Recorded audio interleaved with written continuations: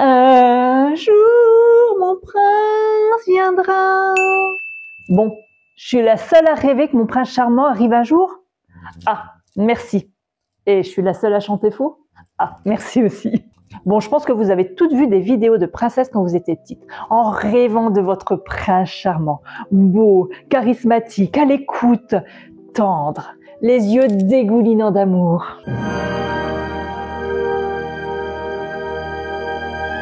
Des choses qu'on aimerait toutes vivre dans notre vie. Et ça me fait penser à Julia Roberts, dans la pub La vie est belle. Elle se détache de ses chaînes, prenant sa liberté, et arrive dans ce château majestueux.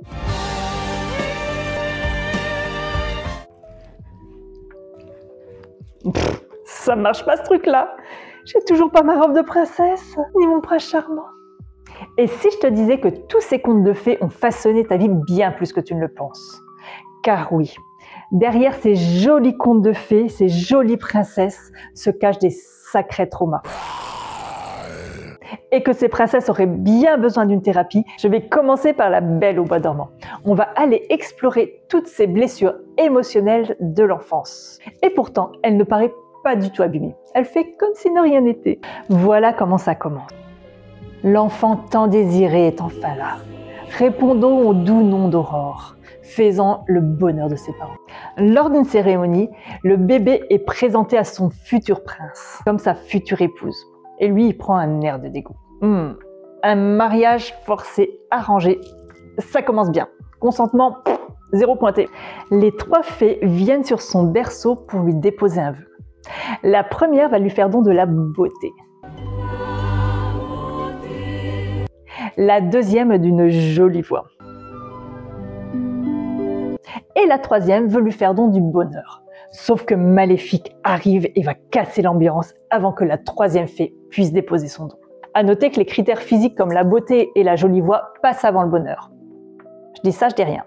Maléfique donne sa malédiction.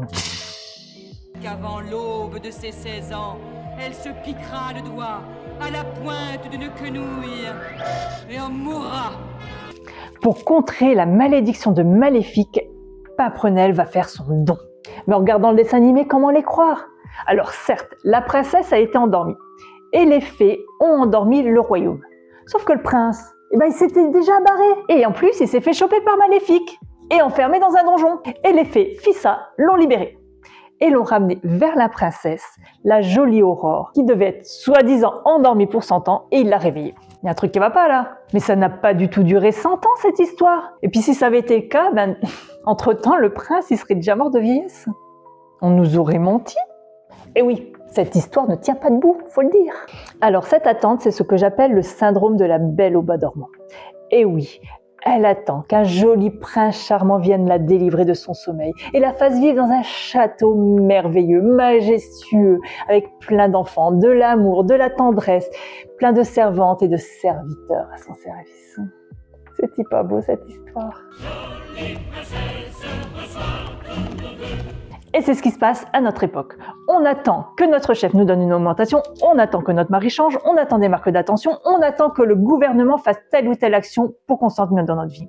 Mais que nenni! Cette couronne, c'est notre liberté, c'est à nous de la prendre. Et si une situation ne te convient pas, c'est important de trouver des solutions ou alors de quitter cette situation. Je voulais revenir sur les parents de la Belle au bois dormant, qui l'ont quand même laissé 16 ans à ces trois fées pour soi-disant la protéger. Les parents n'ont pas fait leur rôle, qui est de nourrir, de loger leur fille. Bon, ça c'était pas difficile pour eux, tu l'as bien compris, avec le château et tout le tralala, mais aussi de leur apporter de l'amour paternel et maternel, qui est une ressource indispensable. Alors laisse-moi te raconter une expérience qui a été réalisée dans les années 40 par le psychologue René Spitz. Il a séparé deux groupes d'enfants. Le premier groupe vivait dans un orphelinat où chaque nurse avait 7 enfants à s'occuper et pas vraiment le temps de les chouchouter. Dans le deuxième groupe, c'était dans une prison où chaque mère pouvait s'occuper individuellement de son enfant. Après une année, les performances motrices et intellectuelles des enfants élevés dans l'orphelinat ont été affectées. Ils avaient pris du retard par rapport aux enfants qui étaient dans la prison. Ils étaient moins enjoués, moins actifs et tombaient plus souvent malades. Au bout de 3 ans, Seulement 2 des 26 enfants élevés dans l'orphelinat étaient capables de marcher et bredouiller quelques mots. Alors que tous les enfants élevés par les mères dans la prison étaient capables de marcher et de parler. On voit bien que la solitude et le manque d'affection sont fatales. Nous sommes des êtres sociaux. La solitude va augmenter notre sécrétion de cortisol, qui est l'hormone du stress. À l'inverse, un bébé qui est pris dans ses bras avec amour va sécréter de l'ocytocine, qui est l'hormone de l'attachement, aussi appelée l'hormone de l'amour. Donc la princesse, ok, elle a l'amour de ses marraines, mais il lui manque toujours l'amour de ses parents, parce qu'elle n'a pas eu cette hormone de l'attachement, de l'ocytocine. Et même si tout l'amour est donné à un enfant, elle recherchera toujours celui de ses parents. Il y aura toujours un manque en elle. Car l'enfant ne peut pas concevoir de ne pas être aimé par ses parents. Et ce qui est très étonnant, c'est que la princesse n'a même pas été mise au courant par ses marraines du pourquoi du comment elle devait rester enfermée pendant 16 ans et ne pas voir ses parents. D'ailleurs, le père qui est en train d'attendre sa fille, qu'il n'a pas vue depuis 16 ans quand même, ça fait un bail, est en train de discuter avec son futur beau-frère de la réorganisation du château pour créer des chambres pour leurs futurs petits-enfants.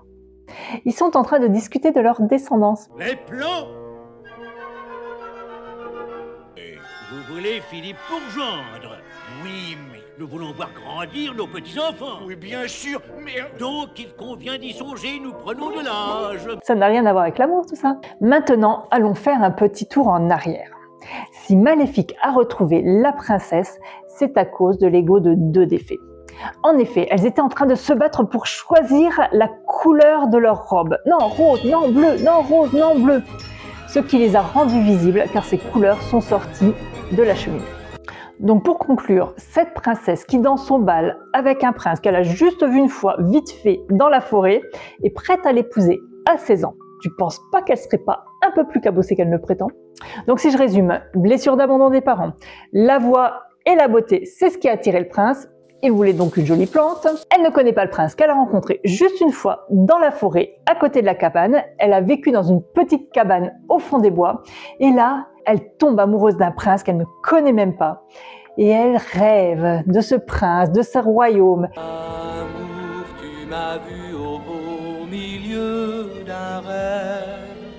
Et là, je mettrai un gros drapeau rouge. Fais gaffe, cocotte, que tu ne sois pas attirée par ce qui brille. Parce qu'avant, tu vivais dans une cabane. Et là, après, qu'est-ce qui va se passer? Que tu vas avoir tout le confort du royaume et que tu vas enchaîner les grossesses. Attention aux pervers narcissiques dans tes choix amoureux. Pas de figure paternelle protectrice. Un amour de substitution de la mère par 3 fées qui se sont accaparées la princesse pour leur plaisir personnel. On lui a tout caché. La malédiction. Que c'est une princesse, qu'elle doit épouser un homme qui lui a été destiné dès la naissance, ses parents, que ses marraines sont des fées. Elle ne doit même pas donner son prénom et elle ne sait même pas pourquoi. Trouble identitaire. Elle navigue en totale naïveté. Elle rêve plusieurs fois du prince charmant et oh, il arrive! Mais quelle puissance! Elle est en train d'apprendre que quand elle rêve quelque chose, elle l'obtient. Elle sait qu'elle plaît pour sa beauté et sa voix. Mais c'est un don! Et qu'est-ce qui serait passé s'il n'y avait pas eu de jolies fées? Et toi, qui n'as pas la chance de naître dans un château avec des jolies fées qui te font un don, tu fais quoi? Faut que tu fasses avec ce que tu as et ce que la nature t'a donné. Non mais c'est pas une arnaque ça? Maintenant, allons voir du côté des autres princesses. Il existe en psychologie le complexe de Cendrillon. Il s'agit du désir d'être prise en charge par autrui par peur d'être indépendante. Ce qui va créer un besoin capital d'être en couple, car la femme va croire qu'elle n'est pas capable de se débrouiller toute seule. Et ça va lui créer du stress quand elle va se retrouver seule. Ce qui fait qu'elle va préférer être mal accompagnée plutôt que de se retrouver seule. Cendrillon a donc ses lots de casseroles aussi. Elle se fait humilier et abuser par sa belle famille et elle n'arrive pas à poser ses limites. Dans La Belle et la Bête, la Belle se sacrifie pour son père qui est condamné à mort parce qu'il a eu le malheur de cueillir une fleur dans le jardin de la Bête. Elle va rester captive avec la Bête et va s'amouracher de son ravisseur, ce qui ressemble beaucoup au syndrome de Stockholm. C'est un attachement psychologique de la victime envers son bourreau. Et ce mécanisme se retrouve aussi dans le couple. Et oui, quand un conjoint ou une conjointe se fait maltraiter, que ce soit physiquement ou psychologiquement, et qui va rester malgré tout. Il y a une compassion envers ce qu'a subi le bourreau pendant son enfance. Ce qui fait qu'une fois la violence terminée, la victime ne va garder que le beau et va rester. Jusqu'à la prochaine fois. Blanche-Neige, elle, est très téméraire ou insouciante. Elle va faire quand même confiance à cet homme qui vont la loger, qui vont la nourrir en échange d'être la femme de ménage. Et sa belle-mère, jalouse, va vouloir la tuer. Et le pire, c'est que Blanche-Neige, elle se fait tout le temps avoir. Une fois, ça se comprend. Mais plusieurs fois, elle va ouvrir à sa belle-mère, qui va la tuer. Et les nains sont là encore et encore pour la sauver. Jusqu'à un jour où il n'y arrive pas. On dirait qu'elle cherchait un peu son prince charmant, Blanche-Neige.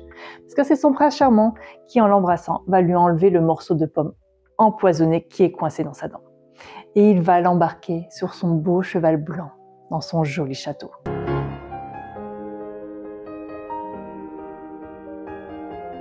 Et le hic, c'est qu'on va y croire encore à cette histoire de prince charmant. Ben oui, dès qu'on va rencontrer quelqu'un, on va se dire « Oh, mais c'est lui que je rêvais depuis si longtemps. Il correspond en tout point à mon prince charmant. » Parce qu'on veut exactement qu'il réponde à notre réalité. Ce qui va créer une illusion éphémère.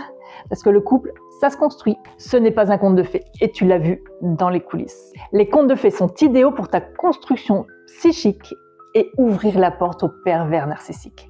Et oui, ils sont magnifiques, ils brillent, ils arrivent comme ça à un moment de ta vie où tu en as le plus besoin. Ils sont là pour te sauver, arrivant sur leur beau cheval blanc et répondant à tous tes besoins. Et ensuite, c'est la descente aux enfers. Donc, te projeter dans ce que tu veux, ok. Mais attention que l'autre ne réponde pas à tes besoins dans un but manipulatoire et pervers. Les contes de fées et récits romantiques vont avoir tendance à développer des attentes irréalistes en matière de couple. Et si tu regardes les contes modernes, ils sont bien plus basés sur l'indépendance de la femme et l'aventure. Les plus jeunes auront peut-être moins besoin de thérapie que nous, parce que leurs princesses sont moins traumatisées. À bon entendeur, jingle princesse!